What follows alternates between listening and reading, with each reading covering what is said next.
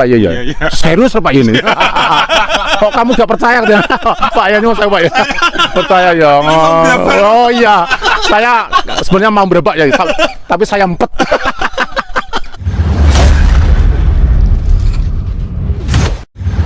Ekonomi sudah amburadul Pak ya, orang tua nggak punya ya, saya harus ikut truk 3 tahun Pak ya.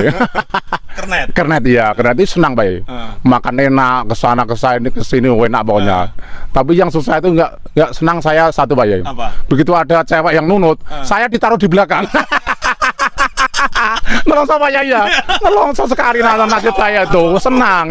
Makanya enak, jalan itu belum ada orang makan enak kecuali kernet dan sopir karena jauh-jauh. Ya enaknya itu disingkirkan kalau di jalan. Dan sopir saya itu pinter Pak Yai. Kalau yang nunut tua nggak mau dia. Itu kepinteran. Iya kepinteran, tapi saya jadi korbannya nelongso ya itu sekilas. Lalu sekitar tahun 94 Pak Yai ya, saya menikah dengan Mbak Nabiah Maya Kawis. 94 ya, 95 punya anak. Dan alhamdulillah Pak Yai, begitu saya nikah itu saya mempunyai pekerjaan yang luar biasa enaknya Pak Yai. Saya noko itu Pak Yai. Waktu itu luar biasa, belum banyak saingan seperti sekarang ini. Tapi saya nyusaha Pak Yai, ibadah itu anggaran-anggaran Pak Yai. Kalau ingat ya ibadah, kalau enggak ya enggak gitu. Ini kan Allah yang Maha tahu. Oh, tak ini berbahaya kalau saya terus Di tahun 98 Pak Yai, waktu Pak Harto lengser itu, saya ingat sekali. Itulah tonggak awal sejarah hidup saya, memulai hidup yang baru Pak Yai. Alhamdulillah, hidayah dari Allah Subhanahu wa taala yang sangat saya syukuri. Saya sakit Pak Yai. Waktu itu Pak Yai masih di pondok, masih kecil. Mohon maaf Pak Yai ya. Tapi nggak jadi menteri agama. Enggak. Dan setelah itu saya merunkan hidup Pak Yai. Uang saya sudah banyak Pak itu Pak Yai. Saya sudah mau bangun rumah. Saya sudah mau cari istri lagi. Sungguh Pak Yai, ini tidak bohong Pak Yai. Karena ekonomi yang sangat menopang. Saya itu satu hari, waktu itu kolak bensin pakai motor Pak Yai. Itu saya tahu hari 2 kali bisa kolaan saya. Tapi apa yang terjadi, saya sakit. Dengan sakit itulah Pak Yai, saya baru merenungi kehidupan ini. Waktu itu saya memikirkan begini, wah saya sakit, duit yang berapapun saya berobat di spesialis, di dukun-dukun, kiai, ternyata semua tidak bisa menyembuhkan penyakit saya. Hanya satu harapan saya itu adalah kesembuhan dari Allah Subhanahu wa taala. Pernah saya suntik ke zaman itu rumahnya Pak Luk Kapas Pak Yai. Dia bilang begini, Pak dokter itu, Mas Taib, kamu sebenarnya tidak sakit. Lu kok bisa tuh Pak? Saya setiap hari lempok, ndredeg, bingung kok nggak sakit. Hanya beban hidup yang sangat berat. Subhanallah. Padahal ekonominya luar biasa. Tapi kenapa beban hidup sangat berat? Terus saya renungi Pak Yai, satu Pak Yai, tidak kenal Allah.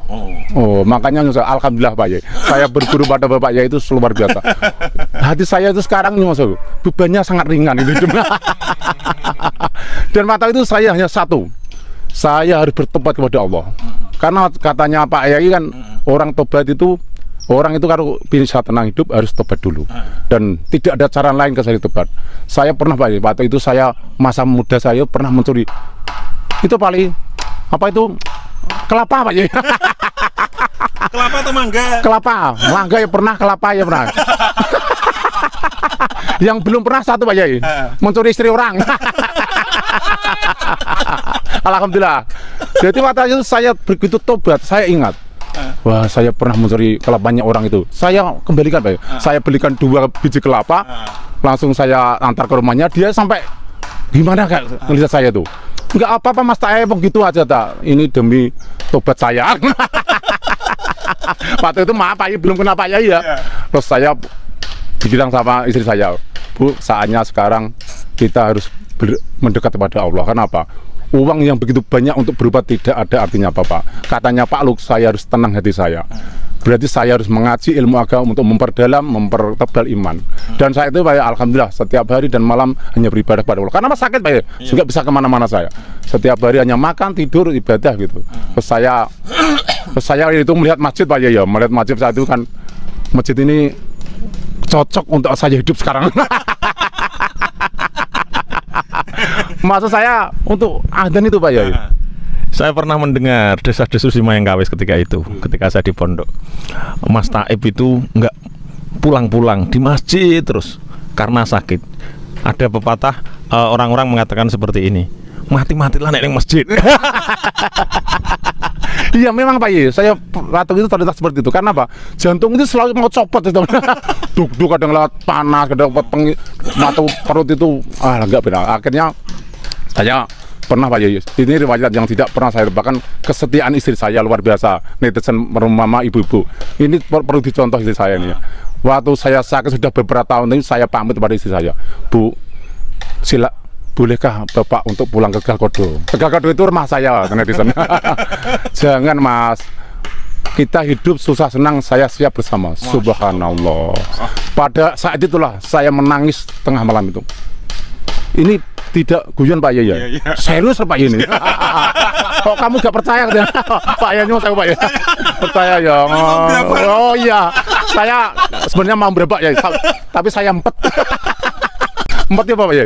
Ditahan ya. Dan alhamdulillah istri saya setia. Akhirnya begini Bu, kalau sudah kamu ikhlas, tapi yakinlah Bu, bahwa hidup tidak selamanya akan seperti ini ya. Dan alhamdulillah dengan berjalannya waktu itu mohon maaf Pak Yai, guru saya masih Mbak Yai Sopan Mayangkawis, Pak Yai Muzamil Sitiaji, dan Pak Muzamil bilang sama saya, Mas Taib, kalau ingin hidup yang lebih mapan, istiqomah beribadah minimal, kan saya bilang saya mau tukang nganten di Masjid Mayangkawis minimal 3 tahun, paling lambat 8 tahun Mas Taib. Nanti kamu saksikan sendiri apa yang terjadi. Alhamdulillah Pak Ye, dengan kesabaran setiap hari, dengan keriduan suami, keluarga, akhirnya Keriduan suami siapa Mas? Itu istri saya. Mohon maaf Pak Ye, Pak agak keliru banget. Dengan alhamdulillah ternyata segitu Pak ya, dengan iman yang tiap harinya bisa tawakal, ibadah dengan Allah. Ya sering nyusaha Pak ya, puasa sunnah, sholat malam itu sedikit banyak membantu saya untuk menjadi fresh Pak ya. Oh benar ya. Jadi setelah fresh itu obat semurah apapun langsung sembuh ya. Mungkin masih terus aja ditanya. Asal jadi muadzin, kok sekarang kalau Jumat dan 5 waktu kok jadi muadzin di Masjid Al Falah Mayangkawis gimana? Ya itu begini ceritanya di Mayangkawis, memang waktu itu luhur ngasannya tidak stabil Pak Yai. Ya jadi maghrib, isya, subuh itu yang ada. Dan terus ketika saya mudah tidak pernah, hampir setiap hari saya kok melihat itu, akhirnya ini kesempatan baik untuk mengabdi kepada Allah Pak Yai. Jadi saya sudah cara pikiran tidak ada jalan lain kecuali mengabdi kepada Allah dan minta kesembuhan. Dan saya pernah doa begini Pak Yai waktu itu. Nyusul ya tanyanya bukan panjenengan Pak Yai, soalnya tanyanya Pak Muzamil. Saya masih di pondok. Iya masih di pondok. Saya doa begini Pak Yai. Ya Allah Gusti, kalau hidup saya berkah, panjangkan umur saya. Tapi kalau malah menjadi buruk, ambil saja saya gitu. Tapi alhamdulillah ketiganya Allah untuk merancang umur saya hingga sampai sekarang sudah 46 tahun. Waktu sakit itu saya umur 2 tahun Pak Yai. Iya mungkin terus atau disambung lagi Pak ditanya. Besok lagi. Netizen masih banyak ditanya, terutama tentang setelah menjadi muadzin itu suka dukanya di mana, terus orang melihat saya gimana. Ada lagu suka dukanya ada? Ada. Gimana? Itu roda kehidupan bisa Pak ya? Gimana? Refnya? Roda kehidupan dunia berputar, mewarnai nasib manusia, baik bagi si miskin ataupun yang kaya, baik bagi celaka atau yang berjaya, lain orang lain ujian, itulah keadilan Tuhan. Terima kasih. Itulah lagu yang sangat menyentuh hati saya sekarang. Karena apa, dengan lagu itu saya semangat hidup dan roda pasti berputar. Alhamdulillah sekarang sudah lumayan. Saya kira cukup sekian aja. Masih banyak cerita hidup saya, biografi saya, kita sudah punya menantu, mau jadi menantu banyak sekali. Terima kasih. Mohon maaf. Assalamualaikum warahmatullahi wabarakatuh. Melihat sekilas tentang perjalanan santri senior ini, Mas Taib, kita bisa mengetahui bahwa as-sa'ah bainas sa'ah. Waktu itu akan terus berputar. Hari ini mungkin sakit, besok bisa juga sembuh. Hari ini mungkin kita bahagia, besok menjadi sedih.